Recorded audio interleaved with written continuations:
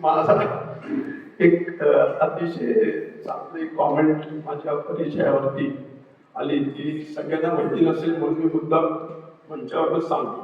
ती अशी की यांनी पोस्टरवरती आगाऊपणा करून, म्हणजे हा खूपच बाबतीत करतो, तर त्यांनी याही बाबतीत आगाऊपणा करून माझी ओळख काय, सामाजिक कार्यकर्ते, अभ्यासक इथपर्यंत एक वेळ ठीक होतं, पुढे अभिनेते असं लिहिलं.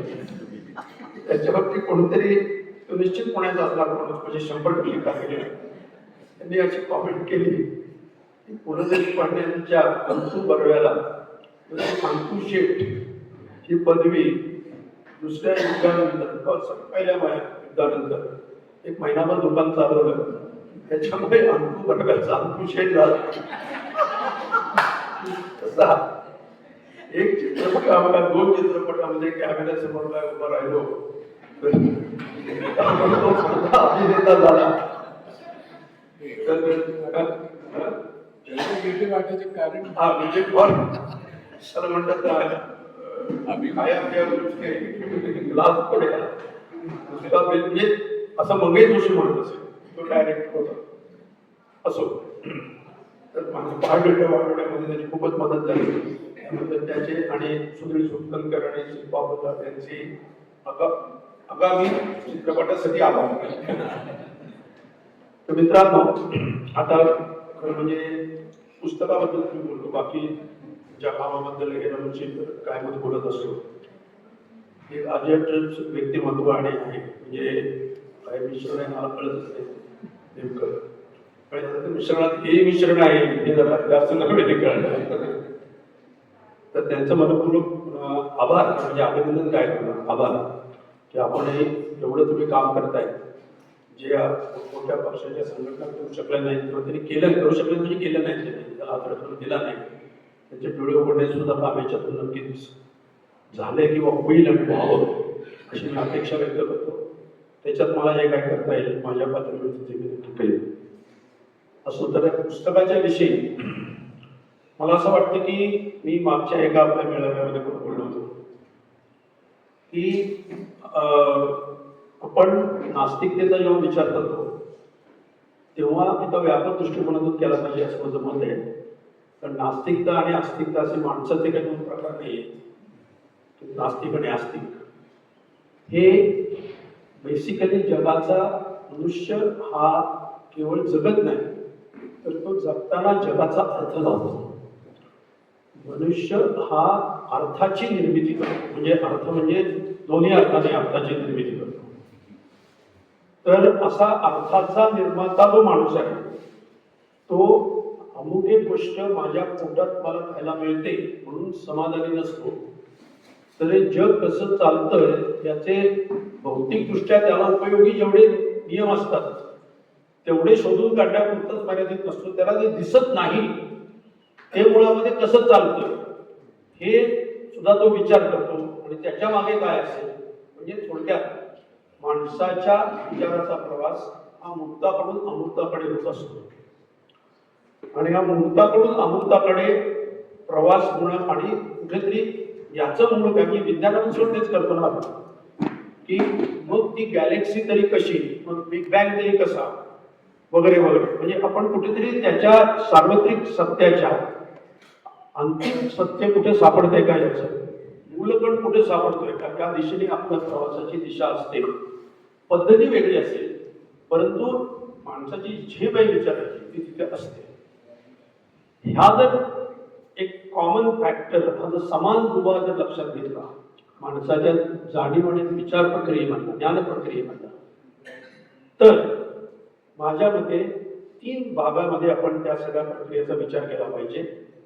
साधारण मला वाटतं बिल ड्युरॅन्टने त्याच्या पुस्तकात मांडलेलं असावं, बिल ड्युरॅन्ट असेल कोणाकडे एकच आहे, तर ते असं की सायन्स, फिलॉसॉफी आणि रिलिजन या 3 प्रकारे मनुष्य या सगळ्या विश्वाच्या कारभाराकडे बघत असतो किंवा त्याच्याशी इंटरॅक्ट होत असतो, त्याच्याशी त्याचा संबंध जो येत असतो त्या 3 पद्धतीने येत असतो. तर आणि प्रत्येकाच्या अर्थातच पद्धती वेगळ्या आहेत, पण त्याच्यात हा दुवा मात्र समान कॉमन आहे, तो म्हणजे मानवाची प्रॅक्टिस. प्रॅक्टिस इज इम्पॉर्टंट आणि practice is a combination of thought and practice. म्हणून त्याला मी प्रॅक्टिस हा खास फिलॉसॉफिकल मार्क्सिस्ट शब्द वापरतो. प्रॅक्टिसचा विचार केला पाहिजे. असा टोटल थॉट आणि ऍक्शन याचा इंडिपेंडेंट विचार करणं हे डायकॉटॉमस विचार करणं हे मुळामध्ये फ्लॉड वे ऑफ थिंकिंग आहे फर्स्ट ऑफ ऑल. त्याच्यामुळे चुकीच्या प्रकारची नास्तिक सुद्धा तयार होऊ शकते. तर म्हणजे फिलॉसॉफीच मानायची नाही वगैरे अशी, म्हणजे त्याला पॉझिटिव्हिस्ट वगैरे असे या दिशेने जाते. तर सायन्स, फिलॉसॉफी आणि रिलिजन या तीन या समान मानवी विचार प्रक्रियेचे जे तीन घटक आहेत त्यांच्या पद्धती वेगळ्या आहेत आणि त्यातली काही स्वीकारयोग्य आहेत, परंतु त्याचा एक परस्पर विकासाची प्रक्रिया आहे. रिलिजन जो आहे हा बेसिकली रिव्हिलेशन वरती आधारलेला आहे, ज्याला मराठीमध्ये आपण साक्षात्कार असं म्हणतो. की ज्या मला हे ज्ञान झालं हे आणि एक अतिमानवी सुपर ह्युमन अशा प्रकारची एक शक्ती मानवाच्या आकलनाच्या पलीकडची किंवा भौतिक नियमांच्या पलीकडची अशी कुठली तरी एक शक्ती, एक निर्माती म्हणून मानली जाते. त्याला काही नाव वगैरे ठेवली जातात. आणि मला हे जे ज्ञान झालेलं आहे ते त्या शक्तीकडून माझ्याकडे डायरेक्ट आलेलं आहे. मग ते कुठेतरी प्रेषितामार्फत आलेलं असेल किंवा ऋषींना वेद दिसले या अर्थाने आलेलं असेल. दुसरे जे आहे ते शास्त्राचं, विज्ञानाचं आहे की ज्याच्यामध्ये एव्हिडन्स, प्रत्यक्ष किंवा प्रत्यक्षावरती आधारलेला अनुमान की जे पुन्हा प्रत्यक्षाने तपासता येऊ शकतं अशा प्रकारचं, जिथं व्हेरिफिकेशन, पुनर्तपासणी, प्रयोगशीलता आणि वस्तुनिष्ठता 100% वस्तुनिष्ठता ही आहे. परत आणि या सायन्सची जी मेथड आहे ती रिझनची मेथड आहे, लॉजिक आणि रिझन. की माझ्या पलीकडे मी नाही, कुणी जरी मी असलो किंवा नसलो तर ही वस्तुस्थिती अशी असू शकते गिव्हन द कंडिशन्स. त्या सब्जेक्टिव्हिटीला शून्य वाव आहे. आणि जर असेल तर तो स्पष्ट केलेला असेल की इथे एवढा सब्जेक्टिव्हिटीला वाव आहे, या स्पष्टतेसहित असेल असला असतं. आता यात मग फिलॉसॉफी पुढे बसते. माझ्या मते आपण सायन्सची मेथड ही 100% वापरू शकत नाही, ती चुकीची आहे म्हणून नव्हे, तर मध्ये बसते ती फिलॉसॉफी. फिलॉसॉफीमध्ये स्पेक्युलेशन आहे आणि त्याप्रमाणे रिझन पण आहे. म्हणजे जर आपण 3 वर्तुळं काढली, 3 शेजारी वर्तुळ काढता येणार, आता जर शक्य असं तुम्ही काढली असतील 3 वर्तुळ आहेत समजा, हाताने दाखवतो. सगळ्यात माझ्या उजव्या बाजूचं वर्तुळ, उजवी म्हणजे काय असं महत्वाचं नाही, डाव्या बाजूला तर उजव्या बाजूचं वर्तुळ समजा आपण धर्म, रिलिजन असं म्हटलं, तर त्या रिलिजन मध्ये 2 कॉम्पोनंट्स आहेत. एक कॉम्पोनंट आहे, सगळ्यात मोठं कॉम्पोनंट रिव्हिलेशनचा आहे, साक्षात्काराचा आहे. दुसरा कॉम्पोनंट स्पेक्युलेशनचा सुद्धा आहे. कारण उदाहरणार्थ धर्मपुस्तकातला बराचसा भाग जसा रिव्हिलेशनचा आहे, तसा समाज कसा असावा, कुटुंब कसं असावं याच्याबद्दल भरपूर काही नाही, ह्याच्याबद्दलच राहतं जास्ती. धर्म लोकच कार्यकर्ते मानतात त्याचं कारण तेच असतं की त्यांना याच्यामधल्या सगळ्या हव्या असणाऱ्या गोष्टी मिळतात किंवा ते मिळवल्या जातात. तिथं स्पेक्युलेशनचा प्रभाव आहे की समाज असा असता तर चांगला असू शकतो, हे स्पेक्युलेशन. पण ते रिव्हिलेशन बेस्ड आहे, पण त्याची पद्धती स्पेक्युलेशन आहे. हे चिंतन ज्याला म्हणतो, स्पेक्युलेशन याचा एक चिंतन, मुक्त चिंतन किंवा त्याला एव्हिडन्स देता येत नाही अशा प्रकारचं त्याला चिंतन असं म्हणतो आपण म्हणतो ना स्पेक्युलेटिव्ह मार्केट्स. म्हणजे जी चिंतनावरती आपण काहीतरी करतो की असं वाटतं आम्हाला असं होईल, हे स्पेक्युलेशन आहे. पण त्याला थोडासा काहीतरी आधार असतो कशामध्ये. तर हे एक स्पेक्युलेशन आणि साक्षात्कार याच्यामध्ये आधारलेलं धर्माचं एक वर्तुळ आहे. त्याच्या पलीकडे सायन्सचं वर्तुळ आहे, ते पूर्णपणे रिझन आणि एक्सपेरिमेंटेशन याच्यावरती आधारलेलं आहे. याच्यामध्ये जी फिलॉसॉफी आहे ही या दोन्ही वर्तुळांच्या मध्ये नो मॅन्स लँड आहे. There is no man's land between the circle or the region of science and religion. या दोन्हीला छेदणारं एक फिलॉसॉफी नावाचं वर्तुळ आहे, तत्वज्ञान. नावाचं वर्तुळ आहे, ज्याला भारतीय भाषेमध्ये दर्शन म्हणतात. दर्शन म्हणजे तत्वज्ञान नव्हे, पण तत्वज्ञान शब्द वापरतो मी त्याच्यामुळे. हा सगळ्यात योग्य शब्द आहे. फिलॉसॉफी हा शब्द अयोग्य आहे असं माझं म्हणणं आहे. त्या शब्द काय असेल, तत्वज्ञान अत्यंत योग्य शब्द आहे. तत्वज्ञान तेपणा, तदत्व तेपणा. तर तत्वज्ञानाच्या क्षेत्रामध्ये हे दोन्ही वर्तुळांना इंटरजेक्ट करतं. It shares both the circles. आणि धर्माच्या बाजूला जो स्पेक्युलेशनचा भाग आहे, it is common to philosophy and religion. आणि सायन्सच्या बाजूला जो रिझनचा भाग आहे, it is common to philosophy and science. तेव्हा फिलॉसॉफी ही रिझन आणि स्पेक्युलेशन या दोन्हीवरती आधारलेली असते. तिथं एक्सपेरिमेंटेशन शक्य नाही, पण तिथं रिव्हिलेशन मान्य नाही, साक्षात्कार मान्य नाही, धर्मपुस्तक मान्य नाही. म्हणून ज्या ज्या वेळेला धर्माचा प्रभाव वाढला त्यावेळेला फिलॉसॉफी मेली. हे भारतापासून सगळीकडे आपल्याला दिसेल. तुम्हाला दिसेल की ग्रीक तत्वज्ञान हे मानवी इतिहासामधल्या तत्वज्ञानाची अतिशय उंच अशी पातळी होती. पण ते जर तुम्ही शतकं पाहिले, इतिहासात जर तुम्ही गेलात, तुम्ही बुद्धाचा कालखंड बघा. साधारण इसवी सन पूर्व -500, म्हणजे इसवी सन पूर्व 483 मध्ये त्याचा मृत्यू झाला. त्याच्या आधी 80 वर्ष त्याचा जन्म, म्हणजे इसवी सन पूर्व साधारण 500. आणि भगवान महावीर जे शेवटचे तीर्थंकर मानले जातात, पण लिखाण शिकवणी त्यांचीच प्रत्यक्ष उपलब्ध आहे. तर महावीरांचा जो कालखंड आहे तो जवळजवळ तोच आहे. 20-25 वर्षाचा त्यांचा काहीतरी फरक आहे, म्हणजे जवळजवळ ते 100% समकालीन आहे. जर तुम्ही ग्रीक फिलॉसॉफीमध्ये गेलात तर -323 मध्ये अरिस्टॉटल हा सांगतो. आणि त्याच्या आधीची जी परंपरा आहे 300 वर्षाची, प्लेटो म्हणजे सॉक्रेटिस, प्लेटो, अरिस्टॉटल, आणि त्याच्या आधीचे काही फिलॉसॉफर्स. म्हणजे तुम्ही जर सगळी तत्वज्ञानाची परंपरा जर काढली, म्हणजे golden period of Greek philosophy जर काढला, तो नेमका पुन्हा तोच येतो. हाच एक्झॅक्टली आहे. आणि याच्यानंतर जवळजवळ 500 ते 700 वर्ष भारतामध्ये ज्या प्रकारची फिलॉसॉफी विकसित, जी सगळी दार्शनिक परंपरा, ज्याला ऑर्ग्युमेंटेटिव्ह ट्रॅडिशन ज्याला म्हणतो, तो ऑर्ग्युमेंटेटिव्ह ट्रॅडिशन त्याच्यानंतर जवळजवळ 1000 वर्ष चाललेली आहे. परंतु त्याच्यातली पुन्हा पहिली 700-800 वर्ष खूप महत्वाची आहे. आणि त्याच्या आधी म्हणजे बुद्धाच्या सुद्धा आधी काही काळामध्ये, काही आता अजित केश कपले असेल, मग कली कोशा असेल, त्या आजीविक असतील किंवा उच्छेदवादी वगैरे म्हणतात, ही सगळी तत्वज्ञानाची होती. या तत्वज्ञानांच्या मध्ये सुद्धा, आणि चार्वाकाचा नेमका कालखंड सांगता येईल. चार्वाक एक व्यक्ती होती का नाही हे सांगता येत नाही. लोकायत परंपरा आहे ती. उदाहरणार्थ आता चाणक्य ज्याला म्हणतात, त्या अर्थशास्त्रामध्ये राजाला काय काय शिकवलं जावं त्याच्यामध्ये अन्विषिकी विद्या असं लिहिलेलं आहे.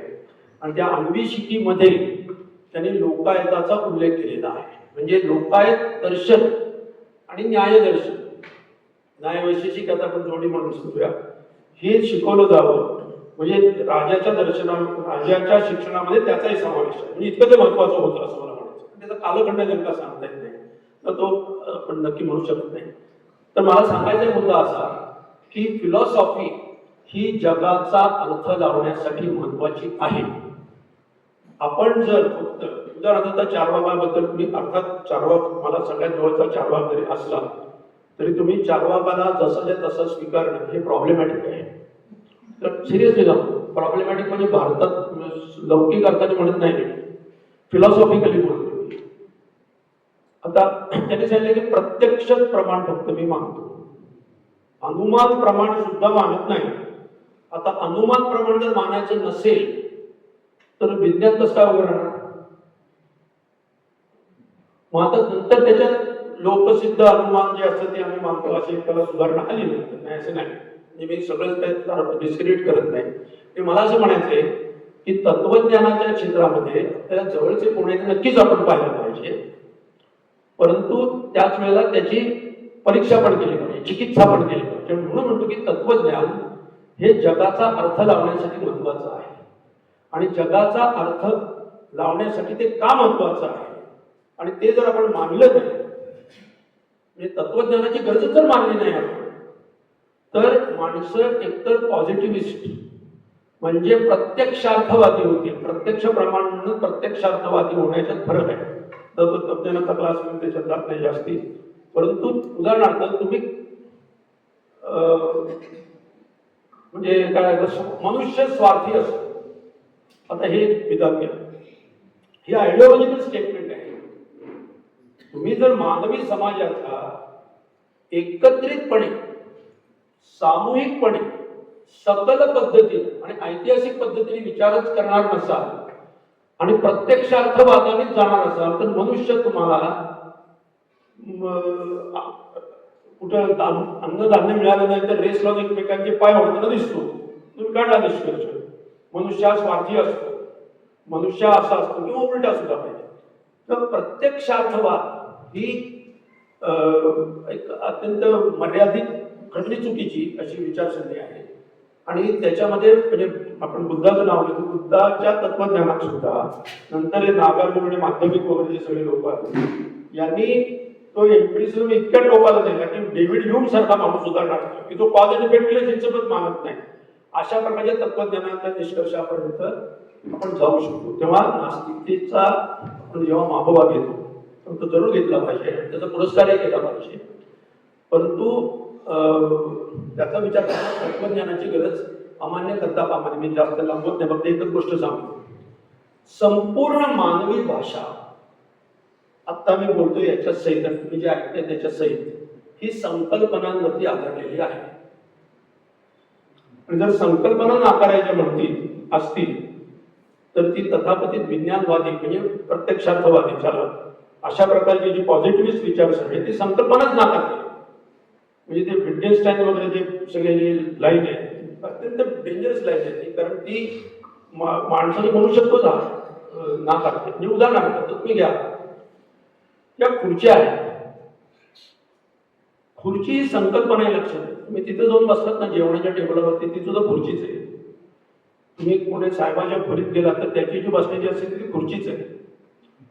खुर्ची कुत्र्याला जी समजते ती खुर्ची नावाचा एक विशिष्ट पदार्थ कळतो. आपण म्हणजे कुत्रा आणि मांजर नाही, आपल्याला संकल्पना कळते पृथ्वीची खुर्चीची.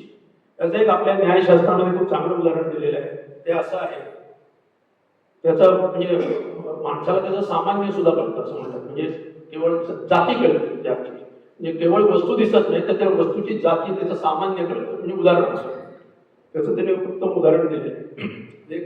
उदाहरण बरोबर आहे की नाही हा वाद होऊ शकतो, पण उदाहरण म्हणून चांगलं आहे. हे असं लहान मुलगा आहे, अगदी छोटा आहे, त्यांनी समजा कुत्रा कधी पाहिलेला नाही, आई बरोबर तो चाललेला आहे आणि कुत्रा दिसतो. समजा तो पामेलियन वंशाचा कुत्रा आहे. आई सांगते की हा कुत्रा आहे, झालं. त्याच्यानंतर तो कुत्रा काय घुमतो, काय करतो, जातो. संध्याकाळी आई पण खेळायला झालेली असते, त्यावेळेला एक समजा अल्सेशियन कुत्रा आहे, तर मुलगा आईला दाखवतो कुत्रा आहे. आता त्याला पहिल्यांदा पदार्थ काय दिसला, जो दिसला प्राणी तो प्राणी आणि संध्याकाळी दिसलेला प्राणी याच्यामध्ये त्यांनी कुत्रा नावाची एक संकल्पना ऍब्सॉर्ब केली. लक्षात घ्या, तो कुत्रा हा आपल्याला समजणारा जो शब्द आहे तो म्हणजे ते विशिष्ट चार पाय जे हलतायत आणि शेपूट हलते ते म्हणजे कुत्रा नव्हे. कुत्रा नावाची एक लक्षण आणि त्याच्यातून सूचित होणारी एक जाती आपल्याला समजते. हे प्रत्येक गोष्टीला आहे, शर्टाला आहे, चष्माला आहे, केसाला आहे, माणसाला आहे, स्त्रीला आहे, पुरुषाला आहे, सगळ्यांना हे लागू. म्हणजे प्रत्येक ऑब्जेक्टला लागू आहे असं मला सांगतो, प्रत्येक शब्दाला लागू आहे. आणि म्हणून माणसाची भाषा ही संकल्पनात्मक असते आणि म्हणून माणसाचं आकलनही संकल्पनात्मक असतं आणि संकल्पनात्मक असतं म्हणूनच ते मोठं होतं. आणि तिथेच त्याला ऍबस्ट्रॅक्शन म्हणतो, ऍबस्ट्रॅक्शन फ्रॉम द रियालिटी. हे आपण करू शकतो.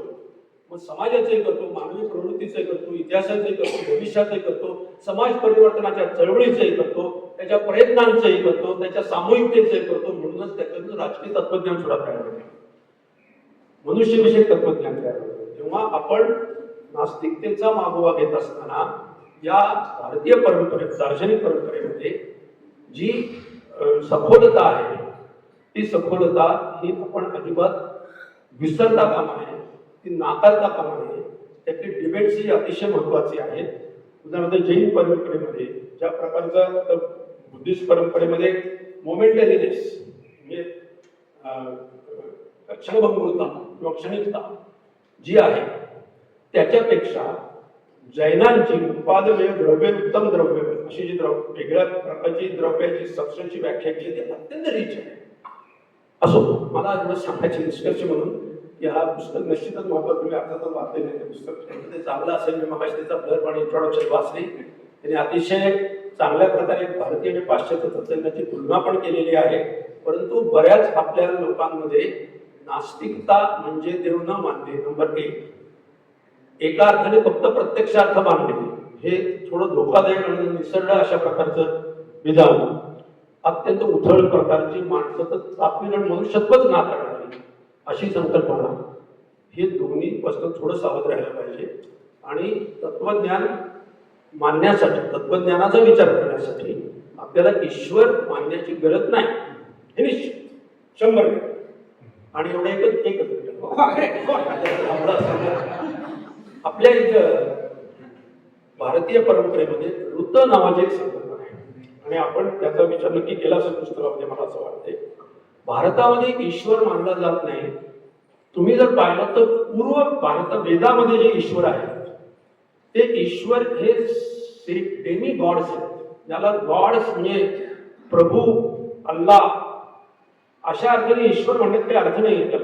तो हेनोथिइझम आहे असलाच तर जो समोर ईश्वर आहे तो सगळ्यात मोठा आहे असं म्हणणे किंवा पॉलिथिइझम आहे, मल्टी गॉड्स. याला खरं म्हणजे ईश्वर म्हणणं हे अत्यंत चुकीचं आहे असं माझं मत आहे. त्याला ईश्वर नाही म्हणतात. कारण आता मला काही समजलं नाही, it is subjectification of the objective reality. म्हणजे वस्तुनिष्ठ म्हणजे जी परिस्थिती आहे, वस्तुगत परिस्थिती जी आहे, भौतिक परिस्थिती आहे, तिला वैयक्तिक, तिला मानवी रूप देण्याचे प्रकार आहेत. की हा समुद्र रागावतो, रागावून तो आपल्यावरती आपल्याला बुडवतो वगैरे वगैरे, हे आपल्या हाताबाहेरच्या परिस्थितीला एक व्यक्तिगत रूप देणं आणि मग त्याची प्रार्थना करणं, तू खुश हो बाबा, अशा प्रकारच्या. तर याला ही संकल्पना किंवा तपश्चर्या केल्यानंतर इंद्राचं आसन डळमळायला लागतं. कसं काय डळमळायला लागतं मला काय लक्षात येत नाही. तर त्याचं कारण आहे, लक्षात घ्या. नाही आपण असतो कारण पुराणात आहे, भरतोय, बावळटपण आहे, बोगस आहे, सगळं आहे, बरोबर आहे. परंतु त्याच्या मागे एक ऋत नावाची संकल्पना आहे. ऋत याचा earth the order of the universe. The universe is not anarchy, is not anarchy. आपल्या इथं ऋतू हा जो शब्द आहे तो त्याच्यावर आलेला आहे. ऋतू म्हणजे एका नियमित पद्धतीने एक नियमन या, आणि ते देव निर्मित वगैरे काही नाही, ते ईश्वर निर्मित नाही, त्याला ईश्वराचा काही संबंध नाही. ते आहे ईश्वर त्याच्याप्रमाणे चालतो. ईश्वराला न्यायला जाईल. आता न्यायदर्शन म्हणतो ते आस्तिक आहे, पण तिथे ईश्वर आहे. परंतु ईश्वर सृष्टीची रचना अनुबंध कशी करतो, तो मनाप्रमाणे नाही करू शकत. ते पूर्वसंचिताप्रमाणे त्याला करावं लागतं. ते ऋत आहे. तेव्हा ईश्वराची संकल्पना ही भारतीय सगळ्या धर्म परंपरेमध्ये आपल्याला हे जे काय मूर्ती पूजा आणि काय सगळी भंपगिरी जी दिसते किंवा ब्राह्मणांचं तिथलं राज्य, हे खूप अलीकडचं आहे. तेव्हा ती ईश्वराची संकल्पना वेगळीच, म्हणजे मी ती काही स्वीकार करायचं गैरसमज करून घेऊ नका. मला सांगायचं आहे की भारतीय परंपरेचा जेव्हा आपण अभ्यास करतो तेव्हा ईश्वर मानणं आणि न मानणं एवढं बायनरी मध्ये नाही करता येत, एवढंच मला सांगायचं. इथल्या ईश्वराच्या संकल्पना वेगळ्या आहेत, त्या वेगळ्या पद्धतीने व्यक्त होतात, एवढंच मला सांगायचं. कुठल्याही प्रकारे त्याला ॲपॉलॉजी किंवा जाऊदेमध्ये थोडं स्वीकारून टाका काय असं काही कृपा करून गैरसमज वगैरे काही करून घेऊ नका. मला फक्त त्याचं वैशिष्ट्य सांगण्यासाठी फक्त मी एवढं सांगितलं. एवढं करता पुस्तकाच्या निश्चितपणे पुस्तक याच्यामध्ये उत्तम प्रबोधन करेल याची मला खात्री आहे. एवढं बोलून मी थांबतो. धन्यवाद.